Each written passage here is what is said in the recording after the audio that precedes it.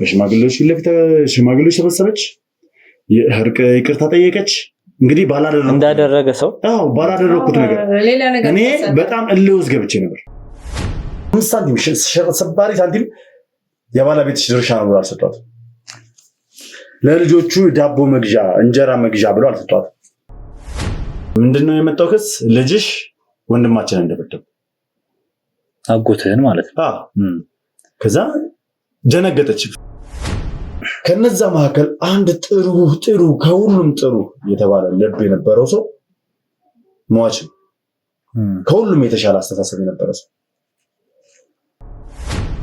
አንድ ለልጆቹ የሚል የሚያወራ እንኳን የለም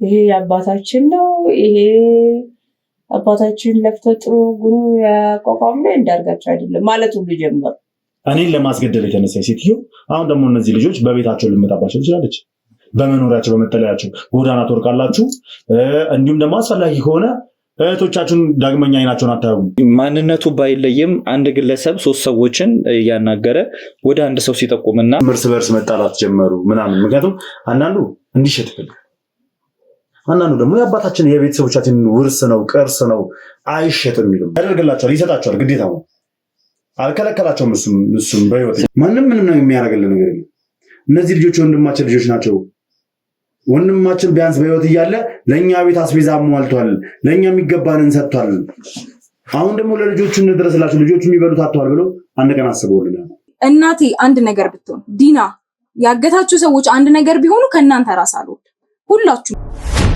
ስለዚህ ዲናንና እናትሽን የያዛቸው ልዑል ነው ያላችሁ ነው የምትገኙት ለያዛው ለሚገሉ ልጆች እሱ በእጁ አይደለም የገደለው እና እሱ ነበረ እና ልጆቹን እያሳያቸው እንደነበረ እየነገርንህ ነው አይደለ እናቴም ሆነች ዲናም እንደተያዙ እንደታገቱ እየነገርንህ ነው አይደለ ያሉን እናንተ ቪዲዮ እንደወሰዳችሁ እርግጠኛ ከሆነን በኋላ በቃ ፎርማት አድርገናል አጥፍተናል ነው ያለው ሰዎችን ስለሚያናግር በጠበቆችን በምንም የያዘው እንትኑን እሱ ነበረ ሟች ስለዚህ እዛ እንድቆይ ከረዳኸኝ እኔ ካለው ነገር ላይ አላደል ከሀብቱም ከምናምን የተወሰነ ያክል እንትንልሃለው ተባብለው ተስማምተዋል ከልዑል ጋር ማለት ነው እንደዚህ ያደረገው ቪዲዮ እንደደረሰን ሰምቷል ያዛርፈንም እሱ ሲቀጥል ከዚህ በፊት እንደዚህ እንደመያዝ ነገር ተብለው እጁን ሰንዝሮበታል ግን ያው በቤተሰብ ማለት ነው የሰነዘረው ልዑል ሰንዝሮበት እኛም ያው ቤተሰብ ነው አዎ በማግስቱ ቤታችን ተዘረፈ ስልካችን አልቀረ ምን ቪዲዮውን አሳልፋችሁ ለህግ አካላት ከሰጣችሁ እጄ ላይ ያሉትን ሰዎች ይጨርሳሉ ያንን ጻባውን ስለማታውቅ እኛ አውቀን እንደ ቤተሰብ የደበቅናቸው ነገሮች አሉ ምን ልክላችሁ 1 ሚሊዮን ብር ከላካችሁ ነው አሉ ያንን ቪዲዮውን የምትፈልጉ ከሆነ 1 ሚሊዮን ብር እንፈልጋለን አባቴ ስለመግደሉ ማስረጃ ስላየው ልዑል ምናልባት አሁን ከመጥፋቷ ጋር ተያይዞ የምታውቂው ነገር ካለ መጥፋት ማለት ነው ቤተሰቡን ላለመበጥበጥ የወንድሟን ገዳይ ማስረጃ እየያዘች ዝም ማለት ይኸውልህ በአባታችን ደም ላለመቀለድ ነው እኮ እውነተኛ ካክስታችን ጋር እውነቱን እየተከራከረን ያለን አክስታችን ደግሞ ምን እንዳረጋችሁ አትናገራላችሁ ከዛ ይሄን ማስረጃ ልዑል እንዲያጠፋው ነው ማሳይክ ልጁ ያጎታችን ልጅ ግን ምንም ሚራጋጋ አይነት አይመስልም ነበር እዚህ ጋር ተቆሙ ነበር እዚህ ጋር ተቀምጣችሁ ታወሩ ነበር እሱ ቤታችን ሆነ ይሄማ በመዲናችን አዲስ አበባ ተሰምቶ የማይታወቅ ለየት ያለ ሱቅ አማራጭ በመርካቶ መሃል ተክለ ሃይማኖት በመንግስት 30% ድርሻ እየተገነቡ ያሉና ከ3 ወር እስከ 1 ዓመት የሚረከቡት የንግድ ሱቆችን ከ1.8 ሚሊዮን ብር አጠቃላይ ክፍያ ጀምሮ እንዲሁም ከ440 ሺህ ብር ቅድመ ክፍያ ጀምሮ ቀሪውን በ1 ዓመት ያለምንም ወለድ ከፍለው የሚያጠናቅቁበት የንግድ ሱቆችን ይዘንሎት መተናል ልብ ይበሉ የምንሸጥላችሁ ሱቅ የጋራ መገልገያ ያልተካተተበት ወይም ኔት ኤሪያ ብቻ መሆኑ ልዩ ያደርገዋል ሱቆቻችን በአራቱም ዙሪያ የተሟላ እይታ ያላቸውና በውስጣቸውም የመኪና ማቆሚያ የሰውና የካሜራ ጥበቃ የልጆች ማጫወቻ ዕቃ ማመላለሻ ሊፍቶችና ሌሎችም የተሟሉ ናቸው ይህንን እድልና ተጨማሪ መረጃ ለማግኘት ከስር በመናስቀምጥላችሁ ስልክ ይደውሉ ያስተውሉ ይህ እድል ለ15 ሱቆች ብቻ ነው ፈጥነው ይደውሉ ተጠቃሚ ሁኑ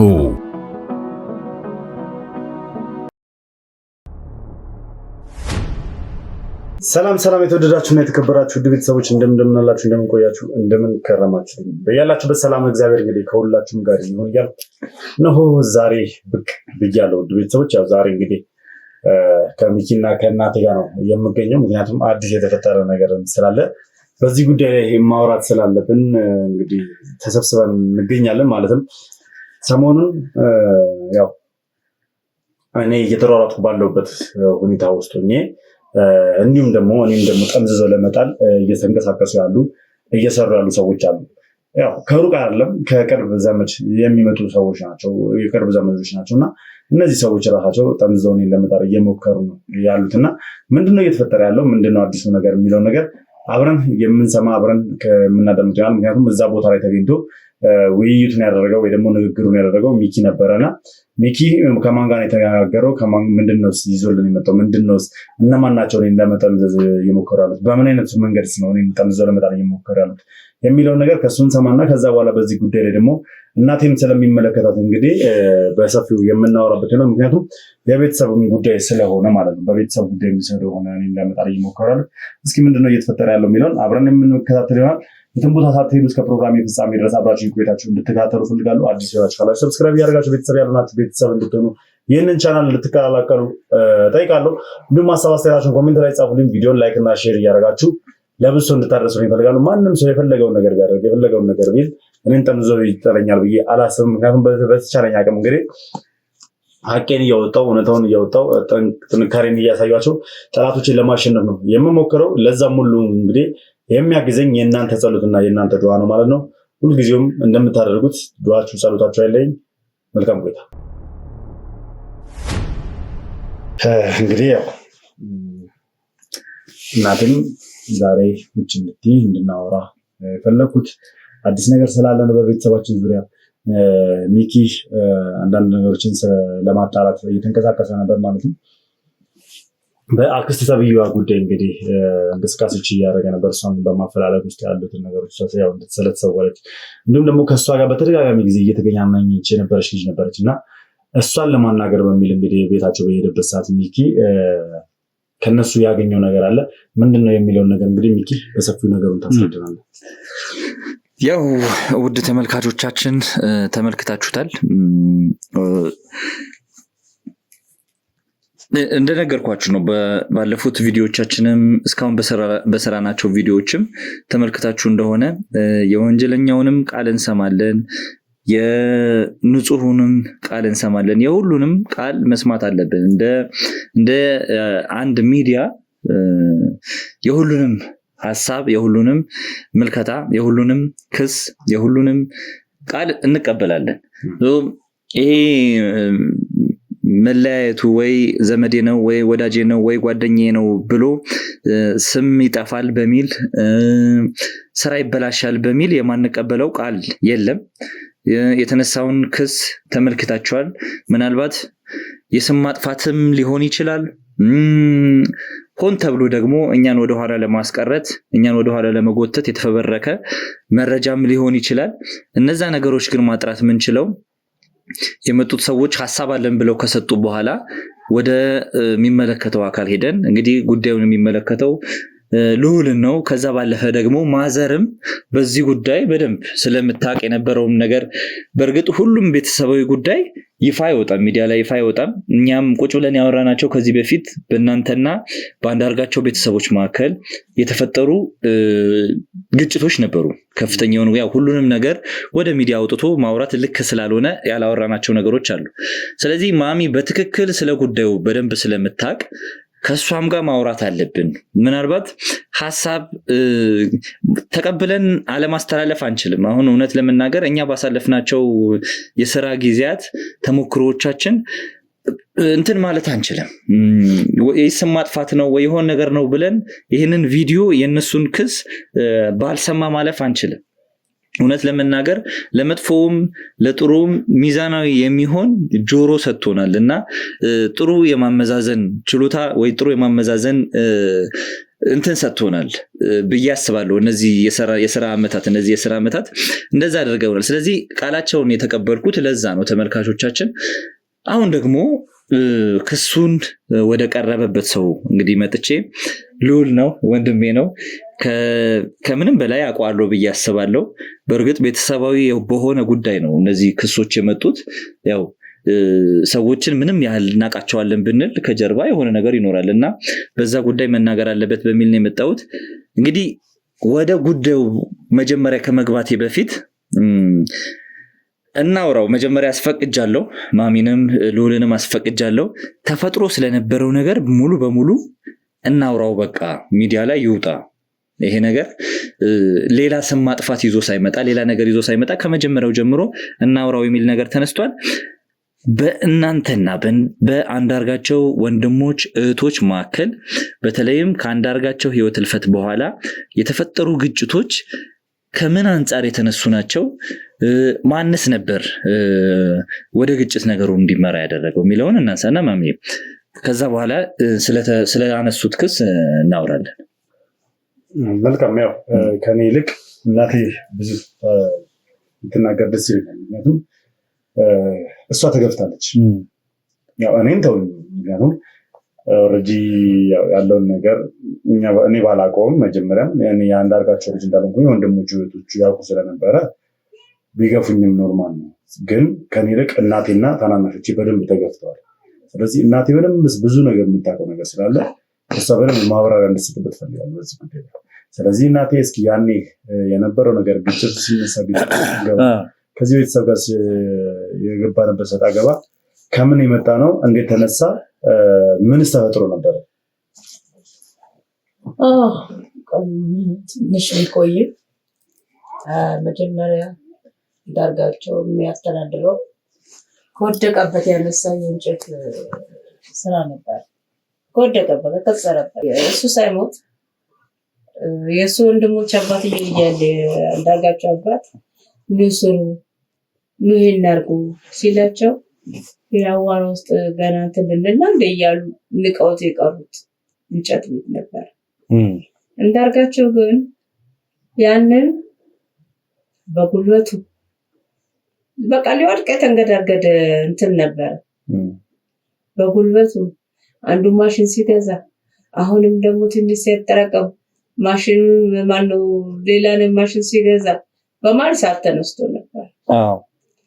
በመሀል ሰዓት ተነስቶ እንኳን እሳት ተቃጥሏል ብሎ በገረኝ ሳይል በርትቶ አቋቋመ ነው። በጣም በርትቶ አቋቋመ። ከዛ በኋላ እንትን ሲበረታ እንጨት ቤት ሲስፋፋ አይናቸውን መጣል ጀመሩ።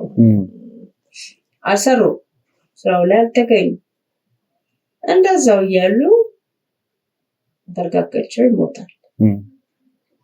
አንዳርጋቸው ሲሞት በቃ ያንን ተቆጣጠሩት፣ ያዙት። እንጨት ቤት ያዙት።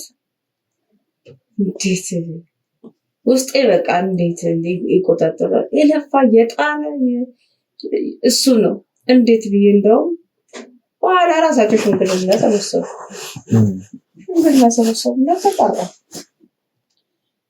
አንድ ለልጆቹ የሚል የሚያወራ እንኳን የለም። ይሄ አባታችን ነው፣ ይሄ አባታችን ለፍቶ ጥሩ ጉሩ ያቋቋም ላይ አንዳርጋቸው አይደለም ማለት ሁሉ ጀመሩ። እህቱና ወንድሞቹ ከዛ በኋላ ምን ለፍተዋል እኮ ሀገር የሚያውቀው ነው ለፍተዋል። ለምንድን ነው ሲሉ በቃ ከዛ በኋላ ይሄ ብዬ አላወራሁም። ሽማግሌዎችን እስቲ እናስተካክላለን ጋልም ብለው ተነስተው እኔን እንደውም እኔ በጣም ሰግቼ ነበር። እኔ እንደዛ ሲያንቋሽሹ ይሄ ነው ብሎ የማይባል ነገር ሲሉኝ እንዴ ይሄ ልጅ ደግሞ ደርሷል። አሁን ከነሱ ጋር ሊጋጭብኝ ነው። ንብረቱስ ቢቀር ይቅር ብዬ ማንሳት። የአንዳርጋቸው ወንድሞች ግን ይመጡና ይህን ነገር አትልቀቂ ገለም እንደዚህ ይሉኝ ነበር። መጀመሪያ ሲሉ ደግሞ እነሱም ተገለበጡ፣ ፊት መንሳትም ጀመሩ። እኔ ደግሞ እንደዚህ አይነት ውስጥ ጠንከር እንዳልገባ የወለድኩት ልጅ አንድ ነገር ከያዘ አይለቀም፣ ይገሉብኛል፣ አላደርገውም ብዬ እንትን ተውኩት።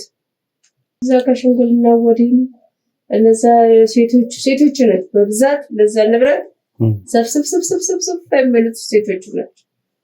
መንገዱ ሲሄድ ተሰድቤ ነው የምገባው። ቤቴ ጓዳዬ እየመነመነ መጣ። ልጆቼ ሊብራውብኝ ነው። ኧረ ይሄን ንብረት እስኪ ልጠይቅ ገና በቃ የእነሱን ፊት ሳይ ይሄ ልጅ አንድ ነገር ያደርግብኛል፣ ይሄ ልጅ አንድ ነገር ውስጥ ይገባል እያልኩኝ እሱ ምንም ሰርቶ ግን ለማንኛውም እዛው እድሜው እንኳን ያግዘን ነበር። ወንድሞቼ ይማሩ እያለ ያግዘን ነበር። ምን አለ መሰለህ በሰዓቱ የነበረው ነገር እንዲህ ብለህ ልታወራው የምችለው አለ ማለት እኔ ተናግሬያለሁ። ከዚህ በፊት አባቴን በደንብ ነው የማውቀው። ማለት እንዳርጋቸውም ሲሰራ በደንብ ነው የማውቀው። የስራ ሰው ነው፣ ጠንካራ ነው።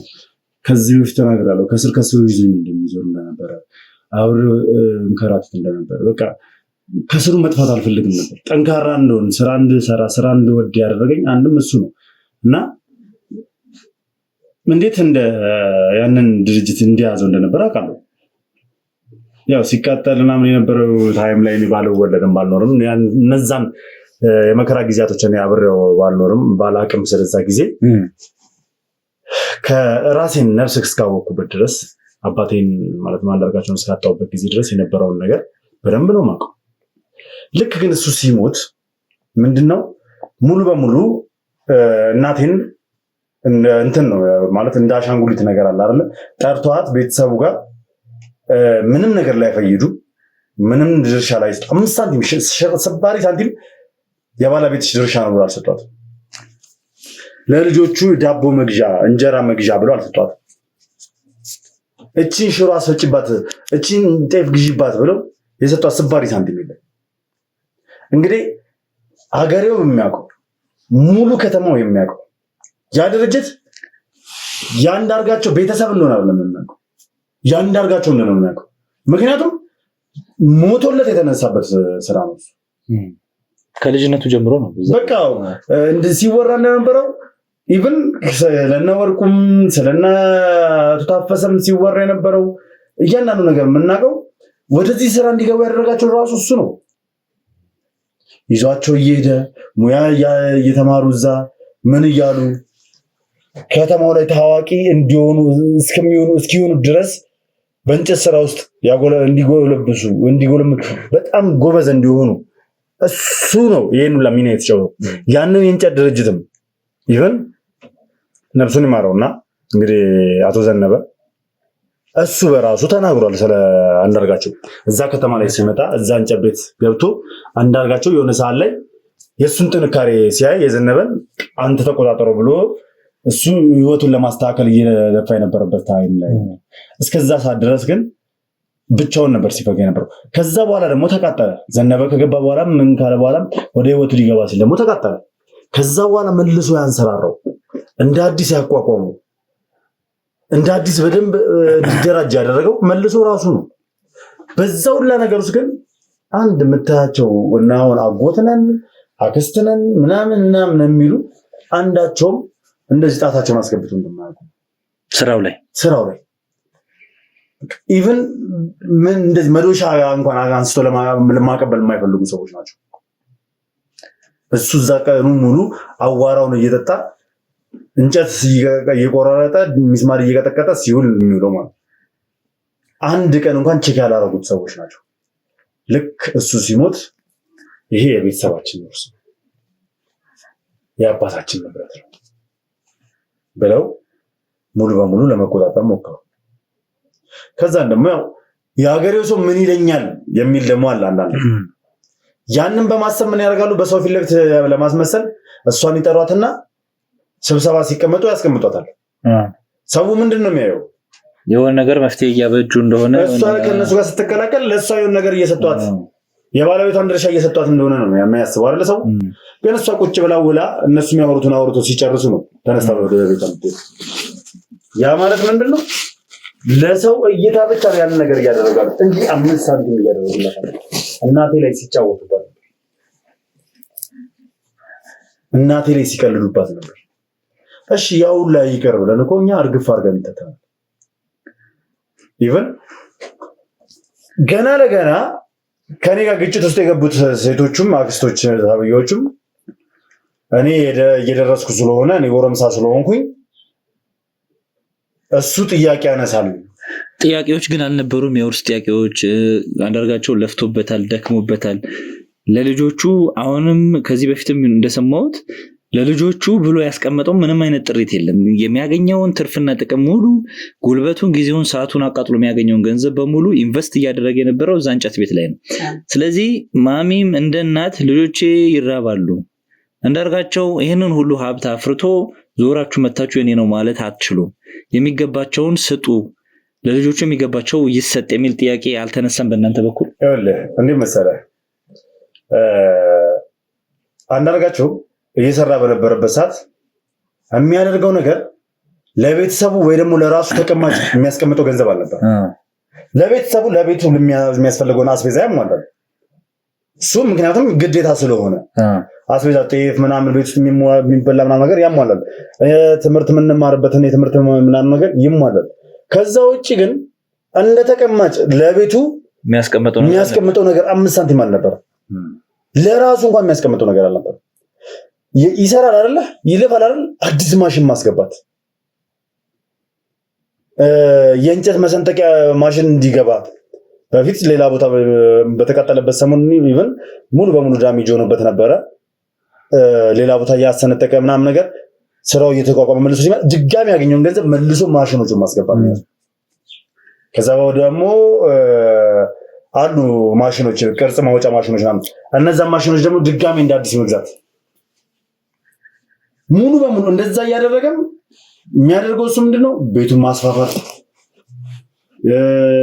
በቃ ሐሳቡ የነበረው እንዴት መሰለ? ትልቅ ፈርኒቸር ቤት መክፈት ነበር። ሙሉ በሙሉ ትልቅ ፈርኒቸር ቤት፣ ዘመናዊ የሆነ ፈርኒቸር ቤት መክፈት ፍላጎት ነበር አባት እና የሚያደርገው ነገር ጠቅላላ ለዛ ድርጅት ለዛ ስራ ቦታ እንጂ ለቤተሰቤ ለልጆቼ ነገር የሚጠቅም ነገር ሊቸገሩ ይችላሉ፣ ቢያንስ በሷ ስም የሆነ ነገር ላስቀምጥ።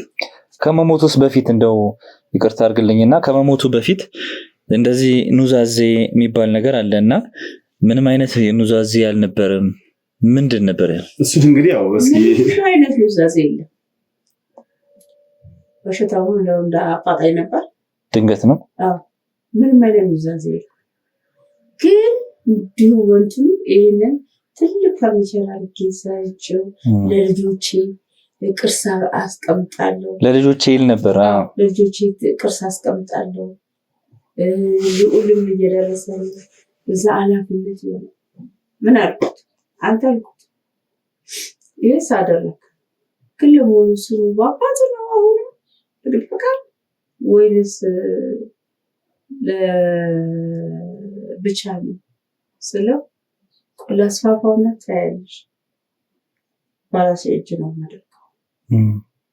ቀጠሮ ሰጠ፣ ሞት ቀጠሮ ሰጥታ ይመጣ ማለት ነው። እሱ ቀጠሮ በቃ እንዲል ነበር ሁሌ ተውለዋለሁ፣ መክረዋለሁ። ምክንያቱም የእህቶቹን ጸባይ አውቃለሁ፣ አብሬ እኖራለሁ። ቤት መጥተው እንኳን ሰላም ሳይሰጡኝ ነው የሚወጡት። ግን እሱ ከሞተ በኋላ በየወሩ በየ15 ቀኑ ሽምግልና ይባላል። አንድ ቀን እንደውም ቆይ እናንተ ሽማግሌዎች የተባላችሁ ሁሌ ሽምግልና እጠራለሁ።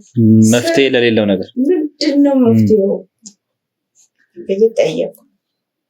አይ ቆይ በሂደት ነው፣ ሽማግሌዎቹ በሂደት ነው። ግን ሽማግሌዎቹ ይሰበሰቡ የነበሩት አሁንም እየመለሰላችሁ እቺን መመለስ አለባችሁ። ጥያቄ አንስታችኋል ወይስ አላነሳችሁም? ጠይቀሻል?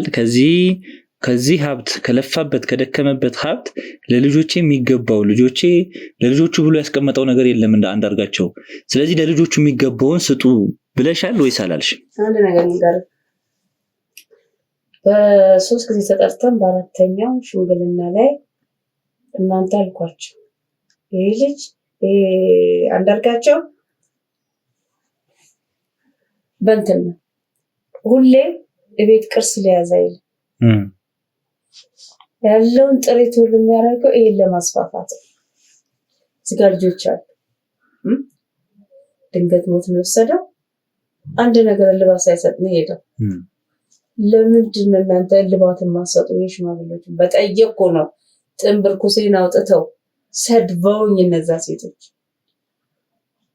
እንደ ሽማግሌ ሁሉ ምንድነው ሽምግልና የተቀመጠው ምንድነው እስከሚሉ ድረስ እቺ ለጠየቁት ከዛ በኋላ ታውቃለህ እንደነገርኩ አንዳርጋቸው ሲሰራ ለቤት ውስጥ የሚያስፈልገው አስቤዛ ነው ያሟላል እና ከዛ ባሻገር ደግሞ ቤቱን ለማስፋፋት ነው የሚለው ስራውን ድርጅት ለማስፋፋት ነው የሚለው በነገራችን ላይ ይሄ ነገር እያደረገ ራሱ ከሚገኘው ነገር ላይ ለያናናቸው የአባታቸው ድርሻም ስለሆነ ስለሚገባቸው ያደርግላቸዋል ይሰጣቸዋል ግዴታ ነው አልከለከላቸውም እሱም በህይወት ስለዚህ ስራው ላይ እያለም የሆነ ነገር ይሰጣቸዋል አዎ ግዴታ ምክንያቱም የቤተሰባቸው ሀብት ነው ማለት ይኸውልህ እሱ ያፍራው እንጂ መጀመሪያ አባታቸውን ያቋቋመው አባታቸው አቋቋመው የሰራበት የሆነ እንትን ሲል ይመርጥ አንዳርጋቸው ገባበት አንዳርጋቸው ደግሞ ዘመናዊ ያደረገው ያስፋፋው ያስተዋወቀው ምን እያለ ትልቅ ቦታ ላይ ያደረሰው መልሶ ግን ዜሮ ሲገባ ሲቃጠል ማንም ጭቃ አላረገው ራሱ ነው ድጋሚ ብቻውን ተጨርጭሮ ያነሳው እንደዛም ሆኖ ግን ቦታውም ምንም ያባታቸው ስለሆነ እንጀት ቤቱም በአባታቸው ስም ስለሆነ አሁንም ቢሆን እኔ ነኝ ያሰራሁት ከዜሮ ያነሳሁት የራሴ ነው ይገባኛል የሚል ነገር አላነሳም ድርሻቸው የሚገባቸው እንዲሰጣቸው ነበር ልክ እሱ ሲሞት ግን እኛ የሆነ ሰዓት ላይ ምን ቀምሰው ምን ልሰው እስከማጣ ደረጃ ደረሰ ምክንያቱም ማንም ምንም ነው የሚያደርግልን ነገር የለም እነዚህ ልጆች ወንድማችን ልጆች ናቸው ወንድማችን ቢያንስ በህይወት እያለ ለኛ ቤት አስቤዛ አሟልቷል ለኛ የሚገባንን ሰጥቷል አሁን ደግሞ ለልጆቹ እንድረስላቸው ልጆቹ የሚበሉት አጥተዋል ብለው አንድ ቀን አስበውልናል አንድ ጊዜ ሽማግሌዎችን አናገራች ምክንያቱም እሱ ከሞተ በኋላ ኢግኖር አድርገውናል ሁላችንም እንድንቀርባቸው አይፈልጉም ምናምን ነገር በጣም በቃ ምክንያቱም የሚፈሩት ምንድነው የአባታችን ንብረት ነው ብለን ይጠይቃሉ ብለው ስለሚፈሩ አርቀውናል ቀድሞ ነው ማራቅ ጀመሩት ከዛስ እሷን አናገረች ሰዎችን ትልልቅ ሰዎችን አናገረች ይሄ ሰውዬ ሙሉ በሙሉ እስከዛሬ ሲለፋ የነበረው ይሄን ድርጅት ለማስፋፋት ነው ለቤቴ ለልጆቼ ብሎ ያስቀመጠው ነገር የለም አሁን ላይ ደግሞ ቤተሰቡ ምንም ነገር የለውም እነዚህ ልጆቹ ናቸው ተረበዋል ምናምን አይነት ነገር ሚል ሽማግሌዎችን አናገረች ሽማግሌዎች ሊያናገሯቸው ቁጭ ባሉበት እናቴን ሲያገኛት ከፍ ዝቅ አድርገው ሰድበው ሰው ፊት ለፊት አዋርደው አባረሩ ከዛስ አንድ አጎታለኝ ሟች የዛሬ 2 ዓመት አካባቢ ሞት ታስታውሱታላችሁ ሁላችሁ እኔ አዲስ አበባ ስመጣ ቤቱ ያረፍኩት ማለት ነው እሱ ተው ነገሩ በአግባቡ ቢፈታ ይሻላል እናም ብሎ ነገሮችን አስማምቶ እንደ ስብሰባ እንደ ቤት ዘመድ እንደዚህ አይነት ነገር ተብሎ ተጠርታ ሄዳለች ተጠርታ ሄዳ ቁጭ ብሎ ያወሩት ስለምን ታውቃለህ ይሄ አባታችን ንብረት እንዴት ነው ሰው ሰራተኛ ቀጥረንበት እናሰራው ወይስ እንሽጠው እንዴት ይሻላል እናም ተባብለው ስለራሳቸው ጉዳይ ነው የሚያወሩት እሷ ተጠርታ ማለት እሷ ቁጭ ብላ ነው ማለት ነው እንደዚህ ብለን ማውራት አንፈልግም ነበር ይሄን ሁላ ረጅም ነገር ማንሳትም አልፈልግም ነበር ሲጀምር እኔ ስለ ውርስ ጉዳይ ስለ ገንዘብ እኔ ከዛ በኋላ ነው ነገሮች እየባሱ ከሄዱ በኋላ መሮኝ ያን ነገር ይሄ ራሴን ለውጣለሁ ብዬውጥት አረጋግተማ እየሰቀን እየሰራው ማታማራለሁ እናቴ እንዳታስቢ እኔ ደርሽልሻለሁ ብያት ነው የወጣሁት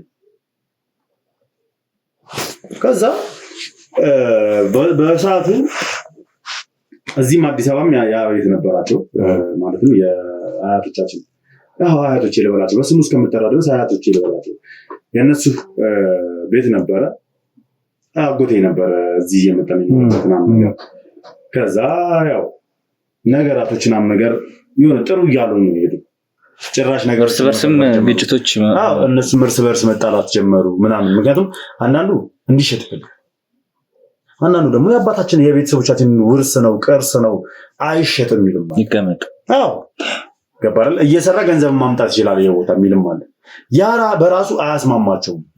ምክንያቱም ገንዘብ ወዳዶች በጣም አሉ እዛ ውስጥ ጅቦች አሉ በብዛት ገንዘብ ወዳድ ይሆኑና ማመሳት ሴቶች ሸጠን እንካፈለው ብሩን እንካፈለው። አዎ እነሱ ብቻ ሳይሆኑ ትዝ ይልሃል ሚኪ አብርሃኝ ነበር ክስ። ለዛ ነው አብዛኛው የተወሰናችሁትም ሰዎች ነበራችሁ ያኔ ለቅሶ በተቀመጥን ሰዓት አንደኛውን አጎቴ ቁጭ አድርጌ ያናገረው እዚህ ያለው ቤት ራሱ ይሸጥ እነዚህ ልጆች ይውጡ ብሎ የሟችን ልጆች ከዛ ቤት ሊያስወጣቸው እንደነበር ታስታውሳለህ? አዎ በትክክል ሊያባርሯቸው እንግዲህ መሄጃ መውደቂያ የሌላቸው የወንድሙ ልጆች በመሀል እኔ ጣልቃ ገብቼ ምን ብዬ ለረጅም ዓመት እዚህ ያለውን ቤት የተሰጠው ለሱ እንደሆነ ሁሉን ነገር አስማምቼ ምናምን የሰፈር ሰው አስመስከረን ነው ሁሉን ነገር እንትን ብለን ሁሉም እንዲተውለት የተደረገው ያ ቤት ለነዛ ልጆች እንዲተው የተደረገው አይደል? ሁላችንም የምናስታውሰው ነገር ነው። በዚህ በተለይ ከኔ ጋር የነበራችሁ ሰዎች እሱ በራሱ አንድ ገንዘብ ወዳድ ሆነ አጎት የነበረውን ሁላችንም በደንብ እናስታውሳለን። ከነዛ መካከል አንድ ጥሩ ከሁሉም ጥሩ የተባለ ልብ የነበረው ሰው ሟች ከሁሉም የተሻለ አስተሳሰብ የነበረ ሰው እና እርስ በርስም ግጭት ላይ ነበሩ ምናምን አይስማሙም ነበሩ ምናምን ነገር ብቻ የሆነ ሳለ የሆነ ነገር ተፈጠረ ተባለ። እዛ የተፈጠረው ነገር እንግዲህ እናቴ በጣም አንገት አስደፍቷት ነበረ። ባልሆነ ነገር ሆነ ተባለ። ከዛ በፊት ሟች ከመሞቱ በፊት እንኳን አስታወስከኝ። ሟች ከመሞቱ በፊት እንግዲህ ልጆቹም እንዳነሱት ሟች ከመሞቱ በፊት ቤተሰቡ አንዳርጋቸው እህቶችና ወንድሞች ከእናንተ ጋር ከፍተኛ የሆነ ጸብ ውስጥ በገቡበት ሰዓት ያ አንተ የእናትህ መጎንተልና በዛ መጠን መገፋት አላስችል ብሎ ጨለማን ተገን አድርገህ አጎትህን በቦክስ እንደመታኸው መጀመሪያ በዱላ መተህ ከጀርባ እንደጣልከው ከዛ በኋላ ደግሞ በቦክስ አስተኝተህ እንደመታኸው ሽማግሌ ሰብስቦ እንደ አገሩ ባህል ወደ ፍርድ ቤት አይኬድም። በዛን ጊዜ ሽማግሌ ሰብስቦ አሁንም እንደዛው መሰለኝ ከዛ ከሽማግሌ ሲያልፍ ነው ወደ ፖሊስም ፍርድ የሚገባው እንደሰማሁት አካባቢው ባህል። ከዛ እንደደበደበው በትክክል ድምፁንና በጨረፍታ ደግሞ መልኩን እንዳየው ተናግሯል ሟች ከመሞቱ በፊት። ያ ነገር እንዴት ነው የሆነው? ሽማግሌዎቹስ እንዴት ፈቱት የሚለውን ነገር እንድትነግሩኝ ይፈልጋሉ። ከዛ በኋላ ወደ ቀረበብህ ክስ ከመሄዳችን በፊት እሺ፣ ይሄ ነገር ራሱ እኔ ማለት ያው ነገሮች ከጊዜያት በኋላ በአግባቡ ሁሉም ነገር ግልጽ ሆኗል። ግልጽ ሆነው ለእኔና ለሟች አጎቴ ነው፣ ስለሌሎች አይመለከተኝም። ምክንያቱም የእሱ ጉዳይ ስለሆነ የእሱና የኔ ጉዳይ ስለሆነ ማለት ነው። ምን ተፈጠረ መሰለ? ድንገት እናቴ ላይ ክስ መጣ። ምንድነው የመጣው ክስ? ልጅሽ ወንድማችን እንደበደቡ አጎትህን ማለት ነው። ከዛ ደነገጠች፣ ትፈራ ነበራ። ከነሱ ጋር ግጭት ውስጥ ገብቼ በዚህ ጉዳይ በሷ ጉዳይ እነሱን አታክ እንዳላደረጋቸው ትፈራ ነበር። ከዛ ምን አለች? አዎ ይኸው ተፈነጋግቶልሻል፣ ደም በደም ሆኖልሻል ምናምን ብለው ይዟት ሄዱ። አሳዩት። ደነገጠች። ከዛ ምንድን ያሏት? ጨለማን ተገን አድርጎ ልዑል ይኸው ተበቀለን። ከዛ እንዴት እንደሱ እሱ ነው ልትቻልክ? ድምፁን ሰምቻለሁ ማለት ነው። ነገር የተወያለሽን ነገር ልጅሽ ደበደበ ሴቶቹ እሳት ለብሰው ነው ያሉት። ልጅሽ ጎረመሰ፣ ደበደበው፣ ይኸው ሊሞት ነው፣ ደበደበው። ሲደበደበው ሰው ነበር እንዴ? ለጊዜያቱ ደነገጥኩ፣ በጣም ደነገጥኩ። እንዴት ሊደበድበው ቻለ? እንዴት ሊያደርገው ቻለ? በኋላ ሲምጣጡ እንዴ ይሄ ምስክር ፈልጉ እንግዲህ ያልኳቸው በኋላ አይፈልግም መስሎሽ ነው ምናምን አላለ። ሴቶች እንግዲህ እንትን ጻራ ሰጨቅ ሲሉ ቀጥታ የት ነው ያልኩት? እሱ ምን ነበር ተደብዳቢው እዛ ጥቃት የደረሰበት የአንዳርጋቸው ወንድም ምን ነበር የተናገረው በሰዓቱ? እሱ ያለው ምን እንደተነጠቃለ ድምፁን ሰምቻለሁ ማለት ያው አንዳንድ ጊዜ በድንጋጤ ውስጥ የሚፈጠረው ነገር አታውቅም። ካንተ ጋር የነበረ ግጭት ምናልባት እንደው ድምጹን ሰምቼዋለሁ ሊል የሚችልበት ወይ ደግሞ አንዳንዴ ሰዎች ያጠቁናል ብለን የምናስባቸው ሰዎችን ተወቃሽ እናደርጋለን። በሆነ አጋጣሚ የሆነ ነገር እንኳን እንቅፋትም ቢመታ ያ ሰው ያስቀመጠው ይመስላልና ከዛ በፊት የነበረ በእናንተ ማለት በሁለታችሁ ማለት እየተናገርከው እንደነበረው ምናልባት መልካም ሰው እንደነበርና ለእናንተ ተባባሪ እንደነበረ ነው እየነገርከኝ ያለው። ለዚህ ሊያበቃ የሚችል ነገር ነበረ በሁለታችሁ መካከል አንተን ለመወንጀል ወይ ደግሞ አንተ እሱ ላይ ጥቃት ለመሰንዘር? ምንም የሚያበቃ ነገር አልነበረም። እሱ እኔ በሰዓቱ እንዴት ለምን እንደዚህ እንዳለም ራሱን ይግራ ገብቶኝ ነበር። ከባድ ራሱን አያውቅም። የተፈጠረበት ነገር ከባድ ነው ብዬ አስባለሁ። ጭንቅላቱን ተመቶም ሊሆን ይችላል። በጣም ብዙ ነገር ነው ያሰበው። ከዛ ደግሞ ተመታ ስትገባ እነዛ እህቶች አሉት እና እነዛ ወንድሞች አሉት እርኩሶች በምንም አይነት መንገድ ሊያሳምኑ ይችላሉ። ገባረለ ልውል ነው በቃ ይሄን ነገር ማንንም አያደርግብህም። እኛም መበቀል ይፈልጋል። እናቱን እንደዚህ ስላደረግን እነሱን ከውርሱ ስላልሰጠናቸው ምናምን ብለው እሱም ሙሉ በሙሉ አሳምነውታል። በነገራችን ላይ ያው ወደዛ እመጣላለሁ ብዬ ነበር ዝም ያልኩት እና እንዴት እንደታውቃለህ እሱ ሙሉ በሙሉ ያለው ጨለማ ውስጥ ነው እየሄድኩኝ ያለው ከጀርባ የነካኝ ስዞር በእንጨት መታኝ። በጨለማ ከመታኝ በኋላ ስወርቅ ደጋግሞ በቦክስ መታኝ። መሬት ላይ እዛ ቀጠቀጠኝ እና ጨለማ ነው ግን ድምፁን ሰምቼዋለሁ። አሁን እኔ እሱን ስመታው እያወራው ነው የምመታው ማለት ከባድ ነው። ትንሽ የማይመስል ነገር ነው። ገባ አይደለ? ኢቭን እዛ ጋር አብሮኝ እንኳን የሆነ ሰው እየደበደበ ነው ቢባል ሲጠራሩ ሰማው። ልውል ብሎ ሲጠራው አንዱ ልጅ ሰማው ምናምን ወር ደግሞ በድሮ በሰፈር ስሜ በልጅ ስምነት ስሜ ሲጠራው ሰማው ምናምን ቢል ነው ኦኬ እሺ። ግን ደግሞ ድምፁን ሰምቼዋለሁ። ከዛ በኋላ ግን እናቴ አፈረች፣ አንገቷን ደፋች። አንገቷን የደፋችው ያፈረችው በእኔ አይደለም በእነሱ ድርጊት ነው። ምክንያቱም ጭራሽ እየወጡ ማብጠልጠል ጀመሩ። በሽማግሌዎች ፊት ለፊት ሽማግሌዎች ሰበሰበች፣ ይቅርታ ጠየቀች። እንግዲህ እንዳደረገ ሰው ባላደረኩት ነገር እኔ በጣም እልህ ውስጥ ገብቼ ነበር። ከዛ በኋላ ካሳ ጠየቁ። እንግዲህ ይታይ ምንም ነገር የሌለብን ምንም ነገር ያላደረግነው ምንም እንትን ያልነው ካሳ ጠየቁ። ምንድነው ካሳ የጠየቁት? አንድ በግ ነበረችን እሷን ለመውሰድ ወሰዱት። ያችን በግ ለመውሰድ ካሳ ጠየቁ። ተጎድቷል፣ እንደዚህ መደረግ አለበት፣ ለሱ መንጠገኛም ተባለ። አንጠልጥለን ሰጠናቸው። ከኛ ይውጣ። ያውም እሱ በፍጹም ብሎ ነበር ተከራክሮ ባላደረኩ እኔ አላደረኩትም። ታውቃለህ፣ ያው አሁንም ያለኝን አቋም ታውቃለህ። ላለኝ እምነት ለእውነታዬ ያለኝን አቋም ታውቃለህ። በዛ ሰዓትም ያለኝ አቋም ያ ነበር። ግን ደግሞ እናቴ አንገት ከምትደፋ በሚል እሺ ብዬ ተስማማሁ። ወስደህ ያንን በግ ሰጠች። ተሰጠህ፣ እርቅ ወረደ። ከዛ በኋላ ግን ከአጎቴ ጋር ለብቻ ተገናኝተናል በተደጋጋሚ በመወዳትና እኔ በፊት ማለት እኔ ብዙ ጊዜ እናገራለሁ። ኪዳነ ምሕረት እንወዳታለሁ። ቤተክርስቲያን ይዤ ሂጄ አጎቴን ቁጭ አድርጌ አወራሁት።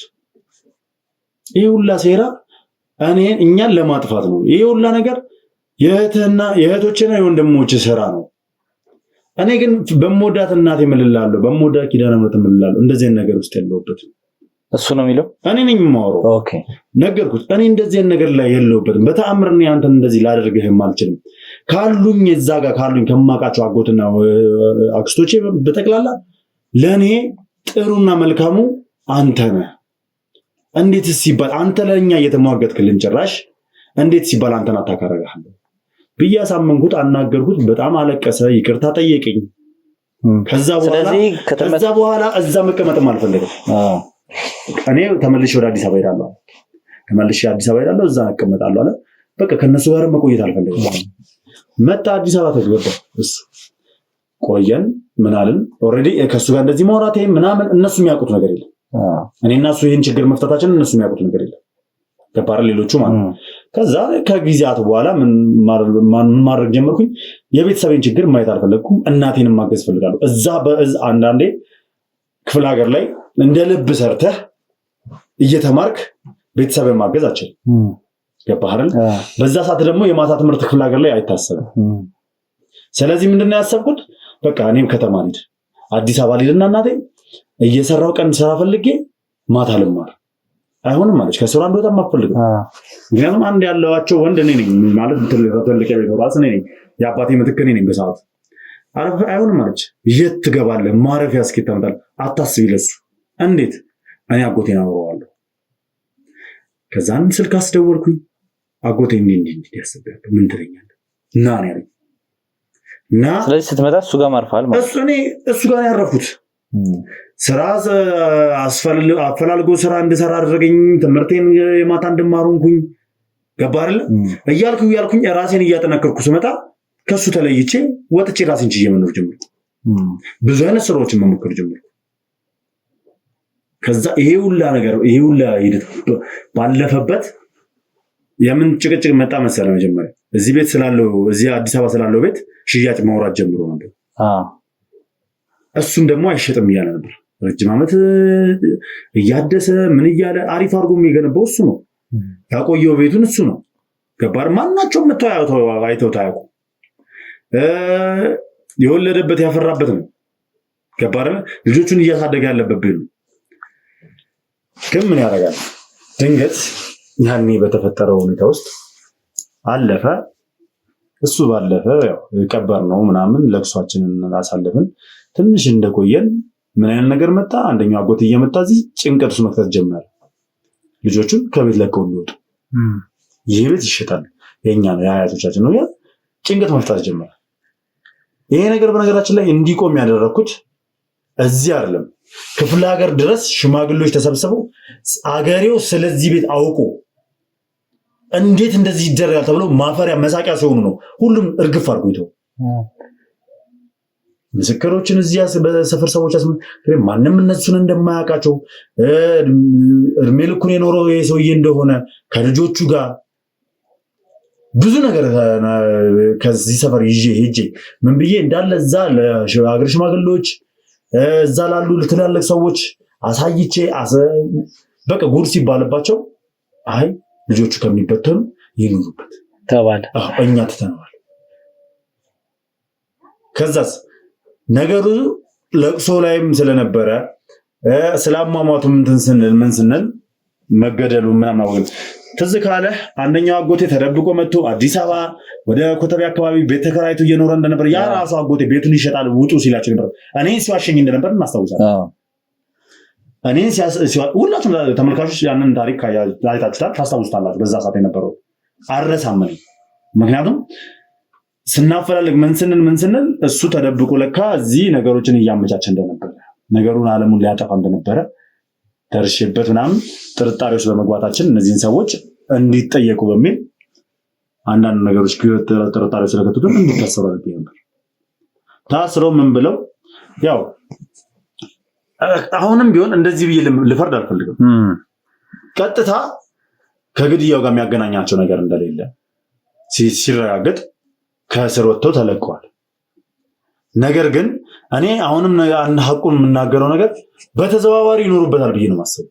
እስቲል እስካሁን ድረስ እኔ አልወጣልኝም ሲጀምር ገባችኋል። እና ግን አሁን ደግሞ ከረጅም ጊዜ በኋላ ድጋሜ ስለዚህ ጉዳይ ክሱ ወደ እኔ እየዞረ እየመጣ ነው። አዎ በዛ ሰዓት ነበርኩ። ከባድ ነገር ነበር። ምክንያቱም ልዑል ምንም ያህል ያው ማንም ሰው ምንም ያህል ለፍትህ ፍላጎት ቢኖረው ለተበደለ ሰው ፍላጎት ቢኖረው ከአክስቶቹ ጋር መካሰስና ከቤተሰብ ጋር ወንድማችሁን ገላችኋል ብሎ መፋጠጥ ለየትኛውም ሰው ይከብዳል። ለየትኛውም ሰው እንደው ባዳ ሆነ ይቀላል ይመስለኛል። ምክንያቱም ከአክስቶቹ ጋር ምንም ያህል ብትጠላላ በዚህ መጠን ገላችኋል ብለህ መረጃ አሰባስበህ እንትን ማለት ከባድ ጊዜ ነበርና ያሳለፍነው። ያኔም አስታውሳለሁ በደንብ ያገኘናቸው መረጃዎች ማስረጃዎች ነበሩ። ግን ያው ጊዜ ፈጅቶ ያው የህግ አካላት በደንብ ምርመራ አድርገው በትክክል ግድያው ላይ ተሳትፎ እንደሌላቸው ሲያረጋግጡ ተለቀዋል አክስቶቹ።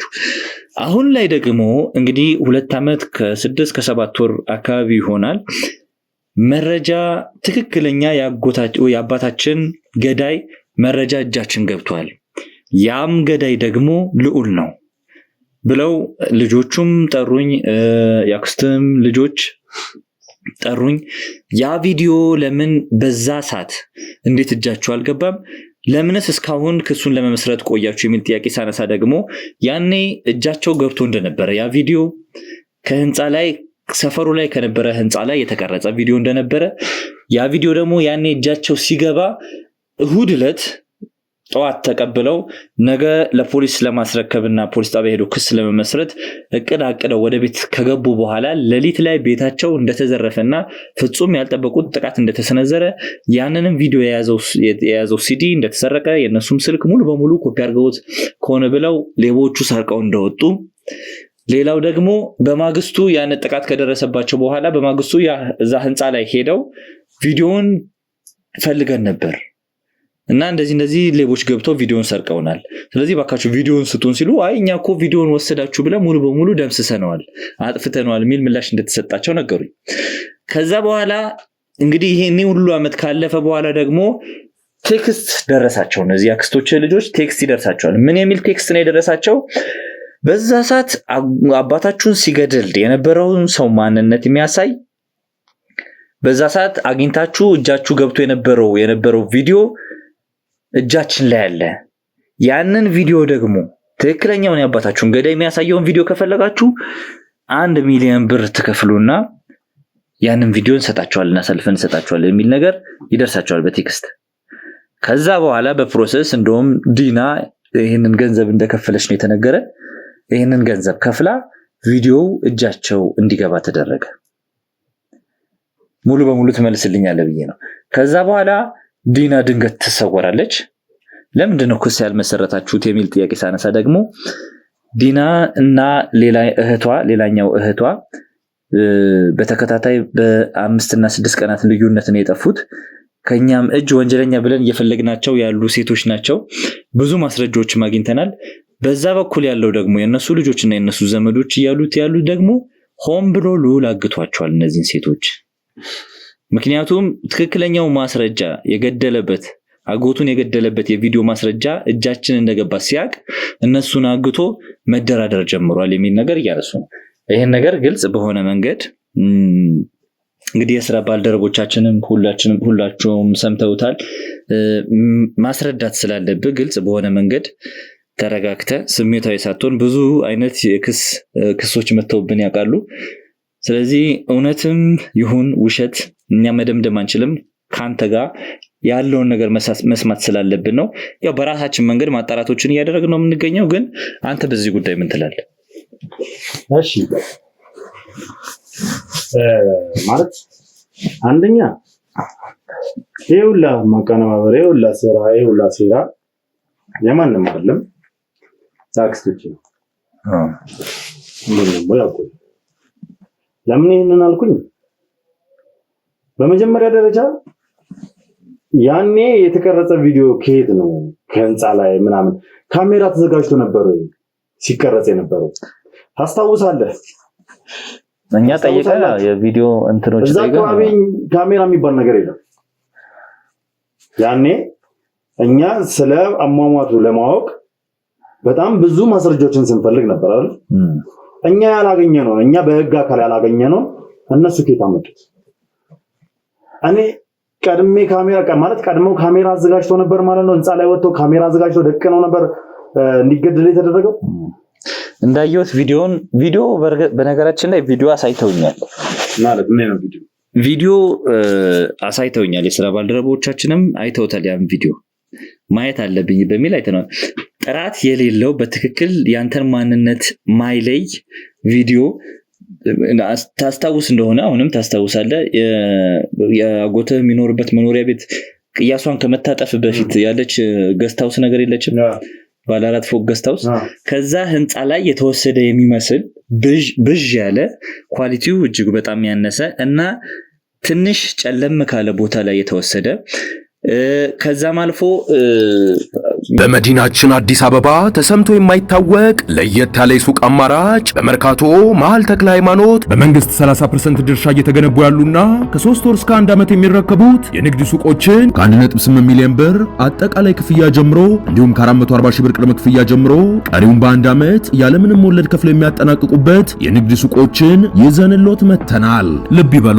የምንሸጥላችሁ ሱቅ የጋራ መገልገያ ያልተካተተበት ወይም ኔት ኤሪያ ብቻ መሆኑ ልዩ ያደርገዋል። ሱቆቻችን በአራቱም ዙሪያ የተሟላ እይታ ያላቸውና በውስጣቸውም የመኪና ማቆሚያ፣ የሰውና የካሜራ ጥበቃ፣ የልጆች ማጫወቻ፣ ዕቃ ማመላለሻ ሊፍቶች እና ሌሎችም የተሟሉ ናቸው። ይህንን እድልና ተጨማሪ መረጃ ለማግኘት ከስር በምናስቀምጥላችሁ ስልክ ይደውሉ፣ ያስተውሉ።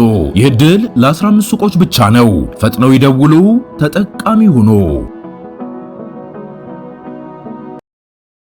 ማንነቱ ባይለይም አንድ ግለሰብ 3 ሰዎችን እያናገረ ወደ አንድ ሰው ሲጠቁምና ያ ሰው ደግሞ በተቃራኒ አቅጣጫ እየሄደ የነበረ ሰው ነው። እንግዲህ ያ ሰው አጎትህ ይመስለኛል እነሱ ብለው የሚሉት ያ ሰው ወደዛ ሰው ሲልካቸው እነዛ ሰዎች ደግሞ ሄደው ከዛ እሱ የደረሰበት ቦታ ሰውየው እንግዲህ ሟች የሚወድቀው ሰውዬ የሚመታው ሰውዬ የነበረበት ቦታ ትንሽ ጨለም ያለ ስለነበረ በምን አይነት ነገር ይምቱት በምን ይምቱት እንዴት ይምቱት በደንብ አይታይም እና እነዛ ሰዎች መተው ሲጥሉት ይታያል። ከዛ እንግዲህ እነሱ እያሉ ያሉት በትክክል ያንተ የሰውየው ማንነት የሚለይ አይደለም፣ ያጎትህም ማንነት የሟቹ ማንነት እሱ ስለመሆኑ የሚለይ ነገር አይደለም። ማንነታቸው አይለይም። የሚጠቁመው ሰው የሚልከው ሰው ልዑል ነው የተባለው ሰው ልዑል ነው፣ ይሄ ልዑል ነው ብለው ያሳዩኝ ሰው ሁዲ አርጎ ኮፍያ ያለው ሁዲ አርጓል፣ ጥቁር ሁዲ። ከዛ በኋላ ጅንስ ሱሪ አድርጓል። ሶስቱም ኮፍያ ያደረጉ ናቸው። ትንሽ በፊዚካልም ጠብደል ያሉ ወፈር ያሉ ሰዎች ናቸው። ወደ የሚመታው ሰው ሲጠቁምና ወደዛ ሲሄድ የሚያሳይ ቪዲዮ ነው። በትክክል ቪዲዮውን አይቼዋለሁ። የተቀነባበረ ስለመሆኑ ምናምን ኮፒ አድርገን ቼክ እያደረግን ነው የምንገኘው። መልካም። አንደኛ አሁን ባልከው ቪዲዮ ላይ ማለት እኔ አንድ ነገር መናገር የምፈልገው አጎት የተገደለው ቀን ላይ ነው። እንዴትም ብሎ እዛ ቦታ ላይ ሊጨልም አይችልም። እንዴትም ብሎ ማለት ምክንያቱም ሁላችንም እናስታውሳለን፣ ሁላችንም እናውቃለን። እንዴት በቀን እዚህ ቦታ ላይ ሊገደል ቻለ ተብሎ በጣም ተአምሮ ነውብን ነበር። ድንገት ነው ወጥቶ ነው እዛው በሰፈር ውስጥ በነበረበት ወጥቶ ሲመለስ ነው የተመታው ወድቆ የተገኘው። ስለዚህ በምንም ተአምር ቪዲዮ ላይ ሊጨልም አይችልም። ሪል ትክክለኛ ነገር ከሆነ ማለት ነው። የቀን ቪዲዮ እንዴት ነው ጨልሞ ሊታይ የሚችለው እሱ በሚመጣበት ቦታ ላይ? ሲቀጥል ደግሞ ይሄ ቪዲዮ እሱ የተገደለ ሰሞን እጃቸው ገብቶ ከነበረ ታላላቅ እህቶቻቸው ለምን ዝም አሉ? ስለ ቪዲዮ ማንም ሰው ያነሳልን ሰው የለም። ኢቭን እንዴ እኔ መዘረፋቸውን ሁላ ያነሳልን መዘረፋቸውን አናቅም።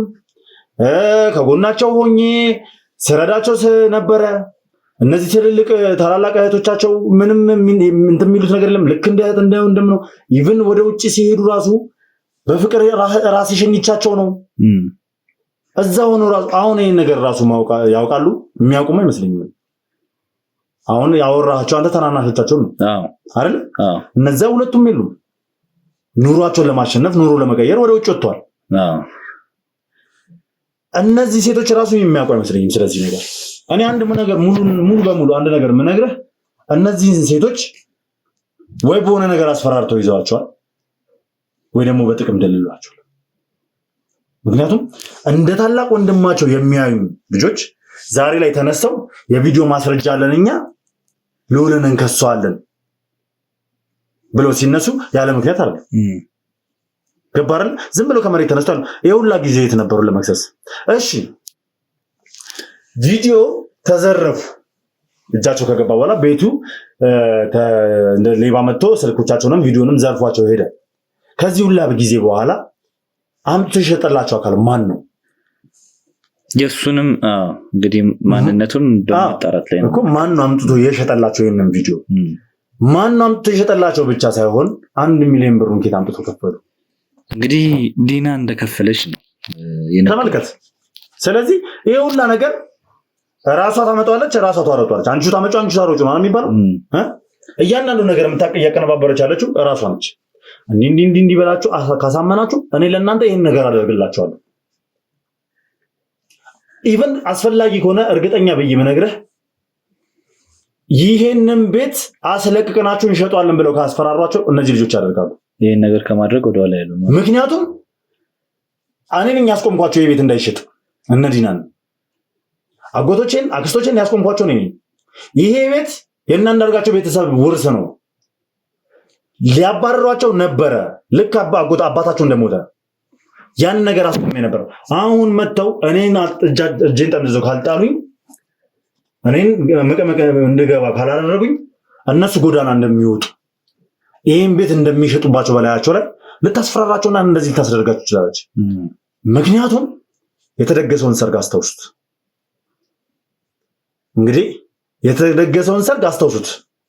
የገዛ ዘመዷን በውሸት የውሸት ጋብቻ እንድታገባ አድርጋ የገዛ አባቷን አስደብድባ እኔን ለማስገደል የተነሳ ሴትዮ አሁን ደግሞ እነዚህ ልጆች በቤታቸው ልመጣባቸው ትችላለች። በመኖሪያቸው በመጠለያቸው ጎዳና ትወርቃላችሁ። እንዲሁም ደግሞ አስፈላጊ ከሆነ እህቶቻችሁን ዳግመኛ አይናቸውን አታዩም ብላ ልታስፈራራችሁ ትችላለች። ስለዚህ ይህ ሁላ ነገር አቀነባብሮ የምታመጣው እሷ ነች ብዬ ነው የማምነው። ስለዚህ ይህንን ክስን ያልቀበለው ሲጀምር እነዚህ ልጆችን ማናገር ፈልጋለሁ። ፊት ለፊት ቀርቤ ማናገር በጣም ጥሩ። እኔም ፈልገው ይሄንን ነው። ማሚስ ምን የምትዩ ነገር አለ? እስቲ በዚህ ጉዳይ ያደርጋል ላያደርግም የሚለውን ነገር እንደው እኔ እንትን ማለት አልፈልግም ልዑልን ስለማቀው ወገንተኛ ላለመሆን ነው። እንግዲህ ተመልካቾች የነሱን ሐሳብ ሰምተህ ምላሽ ሳትሰጥ ማጣራቶችን የምትፈልጉትን ብቻ ነው እንደምታጣሩት የሚል ጥያቄ እንዳይነሳ ማናገር ስላለብኝ ነው የመጣሁት። እና ማሚ ምን ትያለሽ ይሄን ክስ? እሱ መቼም ከፍ ካለው ሊመከረው ያልቅ እውነት አምላክ እሱ እውነቱን ያውጣለት እንጂ እኔ ያደርገዋል ብዬ በተአምር አያደርገው። ልዑል ሰውን መግደል አያስበው። ምንስ ጥቅም ሊያገኝ እንግዲህ ፊት ለፊት እንዳለው ፊት ለፊት እነዚህን ልጆች አግኝቶ እንዲያወራ እናደርጋለን።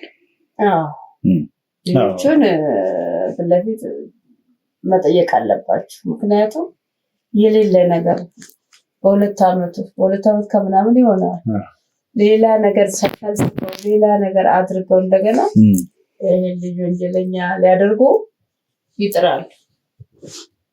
ይሄም የመንዘዴ ነው ልበለው። እነዛ ሴቶች አሁን ከነሱ ጋር ግንኙነት አላቸው ማለት ነው።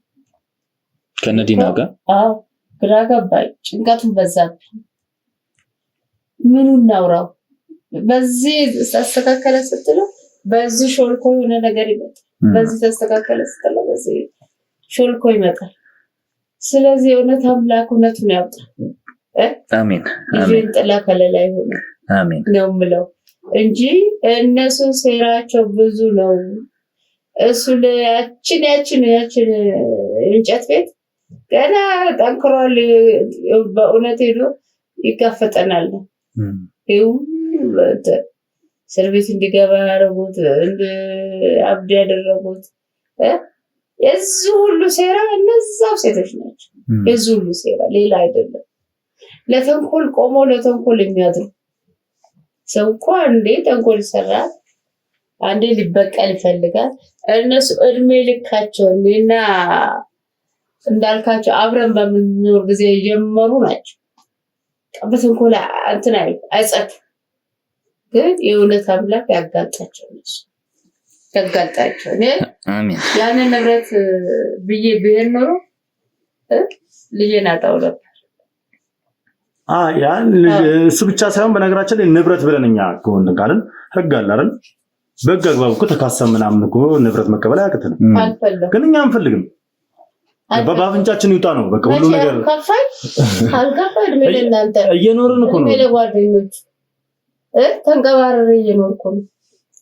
አልከፋኝም እኔ እንዴ ለምን እግዚአብሔር ይመስገን ንብረት እየተባለ መሞት አለኩ። ብዙ አዩዋቸው ብዙ ነገሮች አሉ። ንብረት ስንት የተበላሹ አሉ። ሞት አለም ስንት የተበላሹ አሉ። ስንት ነገር አለ። የሴጣን ዘመን ነው የሚያመልኩት እነሱ። እኛ ግን እግዚአብሔርን አምልከን እግዚአብሔርን አምለን ይኸው ተንቀባረን እየኖርን ነው። እድሜ ለልጄ ደግሞ እድሜ ለልጄ ማለት ያው ሁሉን ነገር ያደረገው አብራችሁኝ የምትወጡ የምትገቡ በእውነት አንድ ቀን ቡና ሳይለኝ እግዚአብሔር የተመሰገነ ይሁን። ስለዚህ አሁንም ሉሌ እንደ ጭንቅላት ወደዛች ነገር እንዳያስብ ወደ ንብረቱ እንዳታስብ። ስለነሱ ይጥቀማቸው፣ መጨረሻቸውን ታያለህ። ይኸው መጨረሻቸውን እኮ እያየ ነው። አንዱን እያሳጣ ነው። ገባ አይደለ? በዚህ ልክ እንግዲህ ወንጀል ውስጥ እስከ መጨማለቅ ደረጃ የደረሱት የገንዘብና የገንዘብ ጉዳይ ነው። እኔ እኮ የሀገር መሳቅ ያደርገውኛል። ታያቸው አሁን እሱን ታየው እርሹ ካሰሽ እንጂ እኮ አልጎዳሽ። እግዚአብሔር ይመስገን። ስለዚህ አሁን ምንድን ነው መሰለህ ሚኪ፣ እነዚህ ሰዎች እንደነገርኩ እኛ ንብረት ብንፈልግ በህግ አግባብ ተካሰነ ሄደን መረጃም አለ ማስረጃም አለ። የሀገሬውም ሰው ያውቃል። አሸጠናቸው ድርሻችንን መቀበል እንችላለን። ገባርን? እኔ ይኸውልህ ቅጽ ላይ ምንም ላይ እዛ አሁን ወርቁ ነው አባቱ ምናምን ይባል እንጂ አስፈላጊ ከሆነ አባቴ ነው ልጁ ነኝ ብዬ እንትላለ። ምክንያቱም ሙሉ በሙሉ ሀገሬው የሚያውቀው እንደዛ ስለሆነ ማለት ገባርን? ራሴ ተሟግቼ እንትን ማለት እችላለሁ። አስፈላጊ ከሆነ ደግሞ እኔ ባሉን እንኳን እናቴ የሚገባታል ልጆቹ የሚገባቸዋል። ገባርን? የአባታቸው ንብረት ነው በሚል እኔ ጠበቃ አቁሜላቸው ተካስሼ ምን ብዬ ማስፈረድ እችላለሁ። ግን እኛ አንፈልገውም ያንን ንብረት። ገባርን? በእንደዚህ አይነት ነገር የሚመጣ ንብረት አያስፈልግም። ንብረት በነገራችን ላይ እርስ በርስ ያጋድላል፣ ያጫርሳል። በምንሰራው ስራ እያየን ነው አይደል? እህት ወንድም የገንዘብ ጥያቄዎች ናቸው አብዛኞቹ ወንጀሎች። እህት እህቷ ላይ ሲጨክን፣ እህት ወንድሟ ላይ ባልና ሚስት በራሳቸው አለስማማ ሲሉ እናታቸው ላይ ሲጨክኑ ስንት ታሪክ አይደለም። እንደዚህ አይነት ነገሮች በበዙበት ዘመን በውርስ መጋጨት አስፈላጊ ነው ብዬ አላስብም። ስለዚህ ያንን ነገር እርግፍ አድርገን ትተን በኑሯችንን ጥሩ እየመራን ባለንበት ሰዓት ለንብረት ሲል ደግሞ ድጋሚ አጎትየውን ገሏል ብሎ ማስወራት ማስረጃ አለው ብሎ ማስወራት ሌላ ታሪክ ማለት ነው። ስለዚህ ይሄን ነገር ያው ከዚህ በላይ ነው ገፍቼ ማውራት አልፈልግም። አሁን ላይ ከዚህ በላይ ሄጄ መናገር አልፈልግም። ያው ጭንቅላት ያለው ሰው ይገነዘበዋል። እኔ ልጆቹን አግኝቼ ማናገር ፈልጋለሁ። ልጆቹን እናገራቸው ከነሱ እንዲሆናቸው እኔ የማወራው ነገር አለ። እኔ ያንን ንብረት ምፈልግ ብዙ ጊዜ አልፏል አይደል? በፈልግ በህግ ማለት ነው። ነገር ግን አልፈልገውም ያንን ንብረት እንደው ቅዠት አይሆንባቸው አልፈልገው። መስገድ መች አጣው። አሁን ላይ ይሄኛው ክስ የመጣው ይመስለኛል እኛም በደንብ አውርተንበታል። ያገኘናቸው ማስረጃዎች አሉ። ዲና እየሄደችበት ያለውን መንገድ እያስቆመ ስለሆነ በሷ መንገድ እየገባ ስለሆነ ከዛ ጋር ተያይዞ የተነሱ የስም ማጥፋት ነገሮች ክሶች ናቸው ብለን ነው እኛም በአንድ መድምም ከሱ መስማት ስላለብን እኛም የምናገኛቸው ማስረጃዎችም ስላሉ እነሱን እንግዲህ ወደ እናንተ የምናቀርብ ይሆናል። በእርግጥ ማን ነው ይሄንን ነገር ሆን ብሎ በዚህ ሰዓት እንዲነሳ በዚህ ሰዓት መረጃ አግኝተናል። አጎቱን ሲገድል የሚያሳይ ቪዲዮ አግኝተናል። ያንንም ቪዲዮ በከፍተኛ ገንዘብ እጃችን አስገብተናል ብለው እንዲወራ ያደረጉት ምንም አይነት ማስረጃ ምንም አይነት ከዛ በፊት ከ2 ዓመት ከምናምን በፊት ቪዲዮ እጃቸው ስለመግባቱ ምንም አይነት ነገር አልሰማንም። እኛ እንግዲህ ምንም አይነት ነገር ለምን አልሰማንም? ይሄ ሁሉ ጊዜ እንደዚህ አይነት ማስረጃ ተሰረቀን የሚል ነገር ለምን አልሰማንም የሚለው ነገር አንድ ጥያቄ የሚያስነሳ ነገር ነው። ፊትለፊት ሁለቱም እንግዲህ ልዑልም ልጆቹም ፊትለፊት መገናኘት ስላለባቸው በቀጣይ ቪዲዮ ፊትለፊት እንዲገናኙና እንዲነጋገሩ ለማድረግ እሞክራለሁ። ተመልካቾቻችን መልሱን እንደሰማችሁት ነው። እንግዲህ ሚዛናዊ ለመሆን ያህል ነበር ልዑልን ያቀረብኩት። እናንተም እኛም እናውቀዋለን ልዑል ምን አይነት ሰው እንደሆነ። አይደለም አጎቱን ሊገድል የሰው ልጅ ሲያዝንና ሲያለቅስ እንኳን ማየት የሚፈልግ ሰው አይደለም። ተመልካቾቻችን መልሱ ይሄን ይመስል ነበር። በቀጣይ ቪዲዮ ደግሞ ሁለቱንም አገናኝተን የሚሉትን ነገር የምንሰማ ይሆናል። ቪዲዮ እንግዲህ ማሚ እሺ ብለሽኝ ወደዚህ ቀርበሽ እንግዲህ አንቺ ሐሳብሽን ስለሰጠሽኝ እጅግ በጣም አመሰግናለሁ። ልዑልም ቴግ በጣም አመሰግናለሁ። ያው ግልጽ መሆን ስላለበት ነው ነገሩ ለተነሳው ነገር ምላሽ መስጠት ስላለበት ነው ያስቸገርኩ። ተመልካቾቻችን እንግዲህ ቪዲዮውን የተከታተላችሁትን ይመስል ነበር። አብራችሁን ስለቆያችሁ እጅግ በጣም እናመሰግናለን። ለቻናላችን አዲስ የሆናችሁ ይሄንን ቻናል ሰብስክራይብ በማድረግ ቤተሰቡኑ ብዙ ሰዎች ደግሞ እንዲማሩበት እንግዲህ ብዙ ከኛ ታሪክ ከዚህ ቤተሰብ ታሪክ ብዙ ሰዎች ይማሩበታል ብዬ ስለማስብ ለወዳጅ ዘመዶቻችሁ ሼር አድርጉት ቪዲዮውን። ኮሜንት ላይ ደግሞ ሐሳብ አስተያየታችሁን አስቀምጡልን። በቀጣይ ቪዲዮ እስከምንገናኝ ድረስ መልካም ሳምንት።